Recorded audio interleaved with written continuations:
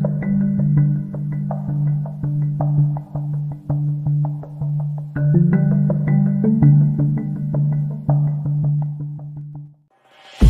सियाह धब्बों को रात के वक्त हम नखलिस्तान के दरख्त समझ रहे थे, करीब जाने पर मालूम हुआ कि वो किसी सहराई लेजेंड की बैरकों के टूटे फूटे आसार थे। लकड़ी को जोड़कर बनाई गई इसकी गोल दीवार कई जगहों से गिरी हुई थी। सामने की जानिब एक पुराने ज़माने की तोप आधी रेत में धंसी हुई थी। नौमाश ने ऊँटनी रोक ली और बोली, यहाँ ज़रूर कभी फौजी छावनी थी, मगर मैं पहली नज़र में पहचान गया था कि ये कभी इसराइली फ़ौज के डेजर्ट लेजेंड की चौकी थी, जो किसी वजह से खाली कर दी गई थी। इस किस्म के सहरा लेजेंड फ्रांस ने शुमाली अफ्रीका में कायम किए थे, जहां साबिक फौजी और किराए के सिपाही भर्ती करके रखे जाते थे। इन फौजियों को डबल राशन और डबल तनख्वाह दी जाती थी और सहरा में तन्हाई की ज़िंदगी बसर करते करते वो वहशी बन जाते थे। खुदा का शुक्र था कि ये सहराई लेजेंड की चौकी वीरान और उजड़ी हुई थी।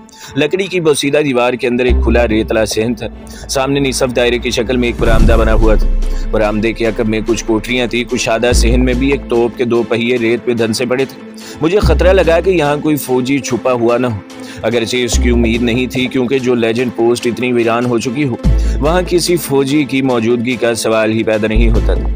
ताहम चूंकि मैं एक मफरूर जासूस था और अभी तक दुश्मन के इलाके में था, इसलिए मुझे इस किस्म के अंदेशे जरूर रहते थे। ऊँटनी को हमने लेजेंड पोस्ट के सहन मिलाकर बरामदे के पास अंधेरे में बिठा दिया। हमने अपने मुंह और सर पर बंधी हुई नीली चादरें उतार कर झाड़ी। ऊँटनी पर से पानी की छागल उतारकर पानी के 4-4 घूंट पिए। हम बड़ी एहतियात से पानी पी रहे थे, क्योंकि हम सहराई सफ़र पर थे, जिसके बारे में अभी तक हमें मालूम नहीं था कि हम अपनी मंजिल पर पहुंच पाएंगे या नहीं। नौमाश बरामदे की गर्द आलूद लकड़ी के फर्श पर बैठ गई। मैं चौकन्ना था और मेरी कमांडो नजरें बरामदे के इर्द गिर्द का जायजा ले रही थी। यहाँ गहरी खामोशी थी। नौमाश ने थैले में से सूखे गोश्त के 2 टुकड़े निकाले, एक मुझे दिया और दूसरा खुद खाने लगी। मैं इसके करीब ही बैठा था। फिजा में खनकी थी और रेत पर शबनम गिर रही थी। मैंने नौमाश से पूरी तवज्जो के साथ पूछा, क्या इसे यकीन है कि वह दाखिल गांव की तरफ जा रही है? नौमाश ने पहली बार इस हकीकत का एतराफ़ किया कि वो 50% रास्ता भूल चुकी है। मेरा दिल बैठ सा गया। ये बड़ी ख़तरनाक बात थी। हम सहरा में भटकते हुए ख़त्म भी हो सकते थे और अनजाने में इसराइली फ़ौज के हत्थे भी चढ़ सकते थे। मैंने नौमाश से कहा कि वो जहन पर जोर दे गौर करे कि यह इलाका आगे किस तरफ जा निकलता है। नौमाश गोश्त का सूखा टुकड़ा खा रही थी। नीम अंधेरे में मुझे इसका मुंह चलता हुआ नजर आ रहा था। वो मगरिब की तरफ आसमान पर चमकते हुए कतबी सितारे की तरफ तक रही थी। फिर कहने लगी, कतबी सितारा हमारे शुमाल में है, इसका मतलब है कि हम शुमाल की तरफ ही जा रहे हैं और दाखिल और रबात के कस्बे शुमाल की तरफ ही हो सकते हैं, लेकिन यह कतबी सितारा हमारी बराबर रहनुमाई कर रहा है। फिर इसने अपनी चादर से मुंह साफ किया और मेरे करीब होकर मेरा हाथ थाम लिया। नौमाश का हाथ खुश्क और गर्म था। बड़ी जज्बाती आवाज़ में कहने लगी, तुम क्यों परेशान होते हो? अब उस जान के आदमी हमारा पीछा नहीं कर सकते। मैं अपने खामन से बहुत दूर निकल आई। मैंने कोई जवाब न दिया, क्योंकि मुझे एक आहट सी सुनाई थी। मैं हमतन गोश हो गया। यह आवाज़ ऐसी थी जैसे कोई छिपकली छत पर से बरामदे की लकड़ी के फर्श पर गिरी हो। पहले मैं इसे छिपकली की आवाज़ ही समझा, लेकिन चंद सेकंड्स के बाद कुछ इस किस्म की आवाज़ आई, जैसे किसी ने लकड़ी के फर्श पर किसी शय को आहिस्ता से घसीटा हो। अब नौमाश भी चौंक पड़ी। इसने मेरा हाथ छोड़ दिया और मेरे साथ लगकर सरगोशी में बोली, ये कैसी आवाज़ थी? मैंने नौमाश के मुँह पर हाथ रख दिया और इसी तरह इसे खींचा। बैरक के टूटे हुए अधखुले दरवाजे के अंदर ले गया। अंदर ले जाते ही मैंने इसे फर्श पर बिठा दिया और इसके कान के करीब मुंह लाकर कहा, यहाँ कोई है, खामोशी से इसी जगह बैठे रहो। नौमाश तेज तेज सांस ले रही थी। मैं रेंगता हुआ दरवाजे से आधा बाहर निकला है। मेरे एक हाथ में खंजर था। मैंने बाहर निकलकर बरामदे में इस तरफ देखा जिधर से आवाज़ आई थी। अब एक गहरा सन्नाटा छा गया था। किसी जानिब से कोई आवाज़ नहीं आ रही थी। मेरे करीब ही चौखट के अंदर छुपा हुआ कोई झिंगर बोलने लगा। मैंने अपना सर नीचे करके बरामदे के फर्श के साथ लगा दिया। मेरी आंखें अब भी अंधेरे में बरामदे के इस कोने की तरफ देख रही थी, जिधर से मैंने दोबारा आवाज़ सुनी थी। अंधेरे में मैं किसी भी चीज़ को हरकत करते देख सकता था। मैंने आहिस्ता आहिस्ता कोने की तरफ रेंगना शुरू कर दिया। मैं एक माहिर कमांडो की तरह बगैर आवाज़ पैदा किए रेंगता हुआ बरामदे के कोने में पहुंच गया। मैंने सांस रोक रखा था। सर जरा सा ऊंचा करके बैरक की लकड़ी की बोसीदा दीवार की तरफ देखा। वहाँ कोई नहीं था।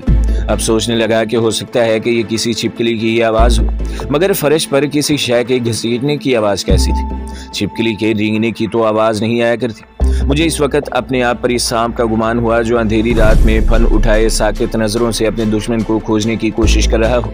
मेरी तमाम हिस्सियात इस वक्त कुव्वत समात में आकर जमा हो गई थी। मैं सही मानों में इस वक्त हमतन गोश था। मेरी नज़रें अपने आप बरामदे के नीचे बिछी दीवार की तरफ घूम गई। इधर से एक आहट भी सुनाई दी। खंजर पर मेरी गिरफ्त मजबूत हो गई। अगरचे मैं बरामदे में मुंह के बल लेटा हुआ था, मगर मेरे पट्टे तने हुए थे और दुश्मन पर 1 सेकंड से भी कम मुद्दत में जुस्त लगाने के लिए बिल्कुल तैयार थे। इधर लकड़ियों का एक ढेर पड़ा था जो अंधेरे में धुंधला सा नजर आ रहा था। अचानक मुझे मियाऊं की आवाज़ सुनाई दी और एक काले रंग की मोटी ताज़ी बिल्ली लकड़ी के ढेर में से निकलकर तेजी से मेरे सामने से गुजर गई। मेरा तजस्सुस और तनाव काफ़ी हद तक कम हो गया। हो सकता है ये सारी कारस्तानी सहराई बिल्ली की हो, लेकिन मैं इतनी जल्दी पीछे नहीं हटना चाहता था। मैं पूरी तसल्ली कर लेना चाहता था। मैं अपनी जगह पर इसी तरह घात लगाए लेटा रहा। ऐन इस वक्त मुझे अपने पीछे ऐसी आवाज़ सुनाई दी जैसे कोई भाग कर टूटी फूटी बैरक की कोठरी में घुस गया हो। इसके साथ ही नौमाश की चीख फिजा में बुलंद हुई। मैं लेटे लेटे अपनी जगह पर से बिजली की तेज़ी के साथ मगरमच्छ की तरह घूम गया। मैं इस बात का एतराफ़ करता हूँ कि इस वक्त मैं नौमाश के लिए अपनी ज़िंदगी खतरे में डालने पर तैयार नहीं था। चुनांचे मैंने उठकर बैरक में घुसने और वहाँ जो कोई भी था इसे नबरत आजमा होने के बजाय बैरक के दरवाजे की तरफ रेंगना शुरू कर दिया। दरवाज़ा आधा खुला था, अंदर 2 आदमी थे। एक की आवाज़ आई, तुम्हारे साथ कौन है? ये जुमला इब्रानी में बोला गया था। नौमाश ने एक बहुत बड़ी अक्लमंदी की थी कि चीख मारते वक्त मेरा नाम नहीं लिया था, यानी इसने मुझे मदद के लिए नहीं पुकारा था, सिर्फ चीख मारी थी ताकि मैं खबरदार हो जाऊं और छुप कर दुश्मन पर हमला कर सकूं। इसमें कोई शक नहीं कि नौमाश बहुत समझदार खातून, इसका खामंद बड़ा अहमक था जो ऐसी सेहतमंद और अक्लमंद खातून को अपने पास रखने में कामयाब न हुआ। मैंने अपना चेहरा फर्श के साथ लगा दिया। नौमाश ने घबराई हुई आवाज़ में कहा, मेरे साथ कोई नहीं, मैं अकेली हूँ। दूसरे आदमी ने कहा, इसकी तलाशी लो, इसके पास ज़रूर दौलत होगी। ये घर से भागी हुई औरत लगती है। अब मैंने अपना सर आहिस्ता से आगे करके बैरक में झांका। अंधेरे में मुझे 2 आदमियों के हेओले नजर आए। उन्होंने नौमाश को दबोच रखा था। वो फर्श पर पंजों के बल बैठे थे। एक ने नौमाश के कपड़ों की तलाशी ली और फिर वो थैली निकालने में कामयाब हो गए जिसमें हीरे जवाहरात थे। ये जवाहरात नौमाश अपने घर से लेकर भागी थी। इतने जवाहरात पाकर दोनों आदमी एक दूसरे को तकने लगे। इनमें से एक के हाथ में खंजर था, दूसरे ने थैली के गिर्द लस्सी लपेट कर थैली अपनी आस्तीन के नीचे वाली जेब में डाली और खड़े होते हुए बोला, इसने हमें देख लिया है, ये हमारे खिलाफ ऐनी शहादत दे सकती है। दूसरा आदमी भी उठ खड़ा हुआ। नौमाश फर्श पर सहमी हुई दोनों हाथ अपने सीने पर चिमटाए बैठी थी। इस वक्त मुझे इस पर बड़ा तरस आया। औरत ख्वाह कितनी अक्लमंद, पुरजोश, मुंह फट और बहादुर हो, मर्द के सामने इसकी कोई पेश नहीं जाती। दूसरे आदमी ने आहिस्ता से कहा, इससे यहीं ख़त्म कर दें। नौमाश ने चीख मारकर हाथ जोड़ दिए और बोली, तुम्हें रब मूसा की कसम मुझे कत्ल न करना। मेरे छोटे छोटे बच्चे हैं, मैं अपने घर जा रही थी कि रास्ता भूल गई।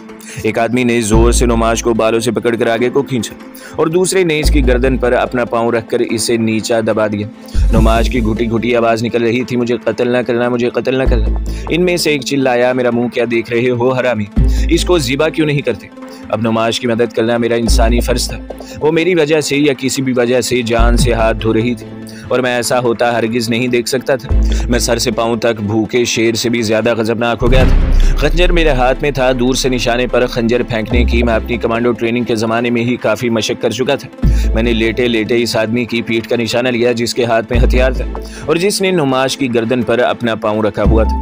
इसकी आवाज़ के साथ खंजर कलाबाजियाँ खाता हुआ पलक झपकने में इस आदमी की पीठ में जाकर दस्ते तक घुस गया। मैंने बाद में इसकी लाश को देखा तो वाकई मेरा खंजर बाएं जानिब इसकी पसलियों को चीरता हुआ दस्ते तक फेफड़ों में उतर गया था। यकीनन इसका दिल भी जख्मी हो गया होगा। यही वजह थी कि मेरा खंजर लगने से इसके मुंह से कोई आवाज़ न निकली और वो पिछाड़ खाकर पीछे को गिरा। इसे गिरते देखकर इसका साथी एकदम से मुड़ा और इससे पहले कि वो अपनी कमरे में लगे हुए खंजर को नयाम से निकालता मैं इसके ऊपर चीते की तरह छलांग लगाकर इसे दूसरी तरफ फर्श पर गिरा चुका था। इसकी गर्दन मेरी आहनी बाजू के शिकंजे में थी और मेरे एक ही कमांडो झटके ने इसका काम तमाम कर दिया था। नौमाश ने अपना खंजर भी निकाल लिया था और मेरे वाले आदमी के सीने में खंजर मारने वाली ही थी कि मैंने आहिस्ता से कहा, यह मर चुका है। वो फर्श पर बैठ गई। इसने अपना सर घुटनों में दे लिया और आहिस्ता आहिस्ता सिसकियां भरने लगी। मैंने जल्दी से दूसरे आदमी की लाश को देखा। वो भी मर चुका था। इसकी पीठ खून में तरबतर हो चुकी थी। अब मैंने नौमाश को तसल्ली दी और कहा, ये कोई सहराई कज़ात थे जो अपने अंजाम को पहुंचे। खुदाबंद का शुक्रिया अदा कर। नौमाश ने सर उठाया। अंधेरे में मुझे इसकी आंखें आंसुओं से तर दिखाई दी। इसने आंसुओं भरी आवाज़ में कहा, ऐशके तुम मुझे छोड़ तो नहीं जाओगे? नहीं नहीं, ऐसा ना करना ऐशके, तुम बेवफाई ना करना। मैं अब तुम्हारी हूँ, सर से पाँव तक तुम्हारी हूँ। वो मेरे बाजू से लगकर सिसकियाँ भरकर रोने लगी। मेरी अजब पोजीशन थी। मोहब्बत तो बड़ी दूर की शय थी। मुझे इस औरत से इससे ज़्यादा और कोई दिलचस्पी नहीं थी कि इसकी मदद से मैं वहाँ से फ़रार होकर निकल जाना चाहता था, लेकिन वो मुझे अपनी ज़िंदगी का महवर बना बैठी थी। औरत बहुत जल्दी अपना सब कुछ हार देती है औरत चाहे खुद डाकू हो चाहे डाकू की लड़की हो, वो कमज़ोर होती है और एक वक्त ऐसा भी आ जाता है कि इसे उंगली के ज़रा से टहोके से ज़मीन पर गिराया जा सकता है। इस वक्त हालत ऐसी थी कि कुछ पता नहीं था कि इन दो कज़ाकों के दूसरे साथी भी हैं या नहीं। ये कातिल किस्म के कज़ाक थे और इन्हें सिवाय दौलत की और किसी शय से दिलचस्पी नहीं होती। किसी इंसान को हलाक कर डालना इनके लिए इंतहाई मामूली बात होती है। मैंने नुमाश को झूठी तसल्लियाँ दी और कहा मैं इसका साथ कभी नहीं छोड़ूंगा और हमेशा इसके साथ रहूंगा। झूठ बोलने को मेरा बिल्कुल दिल नहीं चाह रहा था, मगर औरत इंसान को झूठ बोलने पर मजबूर कर देती है। मैं भी झूठ बोल रहा था, लेकिन मेरे झूठ का इस पर खातिर खा असर हुआ। इसने मेरे हाथ को चूम कर आंखों से लगाया और उठकर जवाहरात की थैली कमरबंद में अड़स ली। बोली ये दोनों सहराई डाकू थे। मैंने अक्लमंदी की कि पहली चीख में तुम्हारा नाम न लिया। मैं चाहती थी कि तुम मेरी आवाज़ सुन लो। तुमने बड़ी बहादुरी दिखाई है अशकोल, तुम वाकई बहुत बड़े मर्द हो, पूरे मर्द हो। काश मेरा खामन भी ऐसा होता, फिर शायद इसे मैं कभी ना छोड़ती, मगर वो तो बुज़दिल था। मैं कोठरी के अंधेरे में दोनों लाशों की तलाशी ले रहा था। उन्होंने बोसीदा सी अमरीकी जैकेटें पहन रखी थी। जेबों से सिवाय चंद सिक्कों के और कुछ न निकला। एक कज़ाक की जेब से एक लाइटर और मुड़ा तोड़ा हुआ सिगरेट निकला। तंबाकू पीने के लिए मेरा दिल मचल रहा था, मगर वहाँ लाइटर की रोशनी पैदा करना खतरनाक बात है। मैंने अपनी ख्वाहिश पर काबू पा लिया और सिगरेट को फर्श पर फेंक कर पाँव से मसल दिया। कमांडो अपनी हर ख्वाहिश पर काबू पाना जानता है। वो अपनी ख्वाहिशात का गुलाम नहीं होता, बल्कि वक़्त आने पर इन्हें अपना गुलाम बनाने पर कादिर होता है। मैंने नुमाश की मदद से दोनों लाशों को तंगो तारीक बोसीदा बैरक के अंधेरे कोने में ढेर कर दिया। फिर नुमाश को इसी जगह ठहरने की हिदायत की और ये देखने के लिए कि इन लोगों का कोई तीसरा साथी भी तो इर्द गिर्द नहीं है, बाहर बरामदे में निकला है। मैं अब भी फर्श पर रेंगता हुआ इसके दूसरे कोने की तरफ आ गया, जहाँ हमने अपनी ऊँटनी को बांध रखा था। अंधेरे में ऊँटनी एक छोटे से टीले की तरह लग रही थी। चारों तरफ रात खामोशी थी। मैं बरामदे की दूसरी तरफ निकल गया। यहाँ आगे लेजेंड पोस्ट की लकड़ी की टूटी फूटी हुई दीवार आ गई थी। जाहिर है ये लोग सहरा में मार धाड़ करते इक्का दुक्का मुसाफिरों को लूटते हुए इस पोस्ट तक आए होंगे और पैदल नहीं आए होंगे। इनके ऊँट या खच्चर भी ज़रूर कहीं आसपास ही होंगे। बहुत जल्दी ये मुअम्मा भी हल हो गया। पोस्ट की अकबी जानिब एक छोटे से टीले के पास एक ऊँट या ऊँटनी बैठी जुगाली कर रही थी। मैं इस तरफ रेंगते रुक गया और आंखें फाड़ फाड़ कर ऊँट की तरफ देखी। इसके करीब मुझे कोई तीसरा कज़ाक नजर न आया। हो सकता है ये दो कज़ाक हो। मेरे दिल ने कहा। खंजर मैंने एक बार फिर अपने हाथ में पकड़ लिया था। मैं कोहनियों के बल रेत पर अंधेरे में ऊँट की तरफ बढ़ा। करीब जाकर एकदम से उठा और छलांग लगाकर ऊँट की दूसरी तरफ जा कूदा। ऊँट इस आफत नागहानी से थोड़ा सा घबराया। इसने अपनी लंबी खमदार गर्दन घुमाकर मेरी तरफ देखा, हल्के से बिलबिलाया और दोबारा गर्दन फेर कर जुगाली शुरू कर दी। जब मुझे यकीन हो गया कि वहाँ और कोई नहीं है तो मैं ऊँट के पास आ गया। ऊँट एक बड़ा अजीब व गरीब जानवर है। ये इंतहाई वफादार और इंतहाई शफ़ाक होता है। वो अपने मालिक और दुश्मन को बड़ी आसानी से पहचान लेता है। अगर खुद मुसीबत में हो तो दुश्मन को कुछ नहीं कहता। बड़े सब्र तहम्मुल और कीना परवरी के साथ इसके हमरा मुसीबतें झेलता हुआ सफ़र करता रहता है। लेकिन जो ही इसे अपने ज़िंदा बच रहने की आसार नजर आते हैं, वो मौका मिलते ही दुश्मन पर हमला कर देता है। ऊँट गोश्त तो खोर जानवर नहीं है, लेकिन वो अपने दुश्मन के जिस्म के टुकड़े टुकड़े करके इन्हें हड़प कर जाता है। मैंने एहतियात के साथ ऊँट के पीछे से आकर इस पर बंधी हुई ज़ेन यानी रख्त को छुआ। यह पुराने कंबल जोड़कर बनाया गया था और इसकी एक जानिब पानी की छागल और दूसरी जानिब बड़ी सी पोटली लटक रही थी।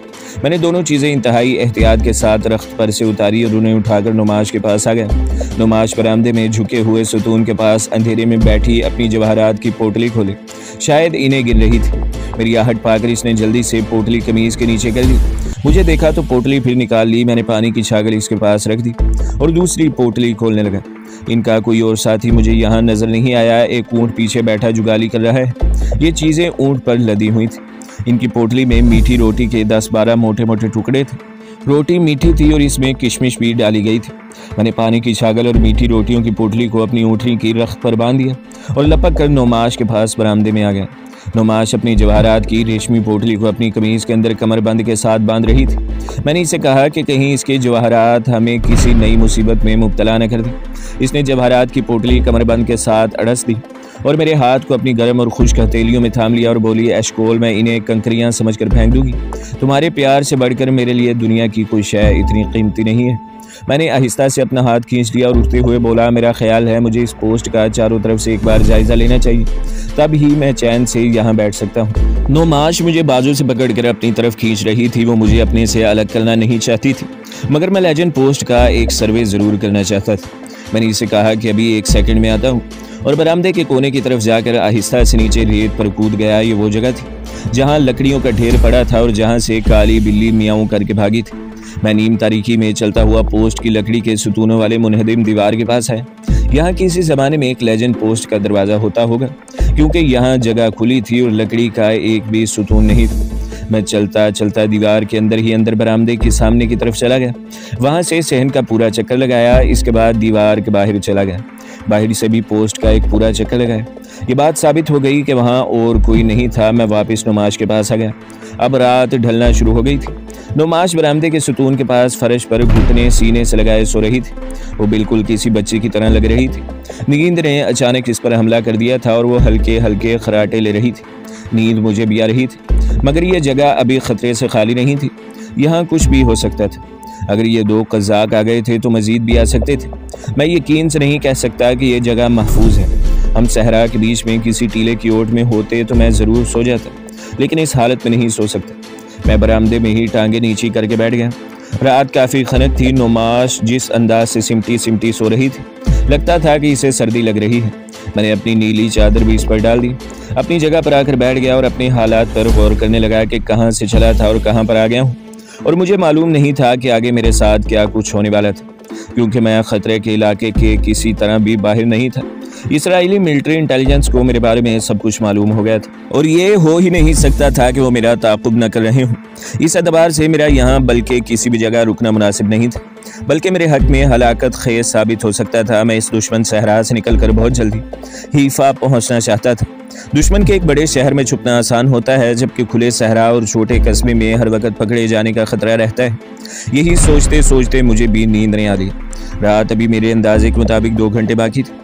मैंने सोचा कि ये 2 घंटे सो जाना चाहिए। मैं वहीं बरामदे की गर्द आलूद फर्श पर लेट गया। जब आँख खुली तो कोई मेरे ऊपर झुका हुआ था। ख्वाब जैसी कैफियत में मुझे नुमाश के बालों में लगे हुए तेल की खुशबू महसूस हुई। आँख झपका कर देखा, नुमाश मेरे ऊपर झुकी मुस्कुरा रही थी। मैं जल्दी से उठकर बैठ गया। दिन की रोशनी चारों तरफ फैली हुई थी। नुमाश ने पानी की छागल और मीठी रोटी वाली पोटली मेरे आगे रख दी और बोली, मैंने अपना हिस्सा खा लिया है, ये तुम्हारा हिस्सा है। तुम बहुत गहरी नींद सो रहे थे। मैं बरामदे से नीचे उतरा है। चारों तरफ एक गहरी निगाह डाली। ये वाकई एक तबाहकुन वीरान पोस्ट थी। सहन के सामने एक जगह पत्थर जोड़कर दायरा सा बना दिया गया था। यहाँ लेजेंड के यूनिट का झंडा लहराता होगा। मैंने जल्दी जल्दी मीठी रोटी का एक टुकड़ा खाया, छागल में से 4 घूंट पानी पिया और लाशों वाले कमरे में गया। नुमाश ऊँटनी के पास खड़ी ज़ेन को अच्छी तरह से कस रही थी। दोनों सहराई कज़ाकों की लाशों ने बदबू देनी शुरू कर दी थी। सहराई चींटियों की 2 लंबी कतारें अंदर की तरफ यलगार कर रही थी। मैं बाहर निकल आया। इन डाकुओं का ऊँट गायब था। खुदा जाने वो रात को किस वक्त उठकर जिधर मुंह उठाकर भाग गया था। वैसे भी ऊँट हमारे लिए बेकार था। हम इसको इस्तेमाल करने की गलती कभी नहीं कर सकते थे। हमने तैयारी की। दिन शीशे की तरह रोशन था। धूप में अभी गर्मी नहीं आई थी। इसकी किरणें सहरा में तिरछी पड़ रही थी। नुमाश ने ऊँटनी के रख्त की ज़ैन को अच्छी तरह कस दिया था। मैंने इसे अगली नशिस्त पर बैठने में सहारा दिया। वो मेरी तरफ देखकर मुस्कुरा दी। मैं जल्दी से पिछली सीट पर बैठ गया। नुमाश ने बाग संभाल ली और इसे अपनी दाहिनी रान से हल्का सा टहोका देकर हलक से खास आवाज़ निकाली। ऊँटनी उठ खड़ी हुई। नुमाश ने इसे बाएं जानिब मोड़ दिया। लेजेंड पोस्ट के सहन का निसफ चक्कर लगाने के बाद हम इस वीरान फौजी चौकी से बाहर निकल आए।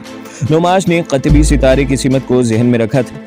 चुनाचा हम सहरा में एक बार फिर गर्म होकर तपने लगे। आगे सहरा ना हमवार था, कभी रेत की गहरी घाटी आ जाती। हमने नीली चादरों से गर्दन तक मुंह और सर ढांप रखा था।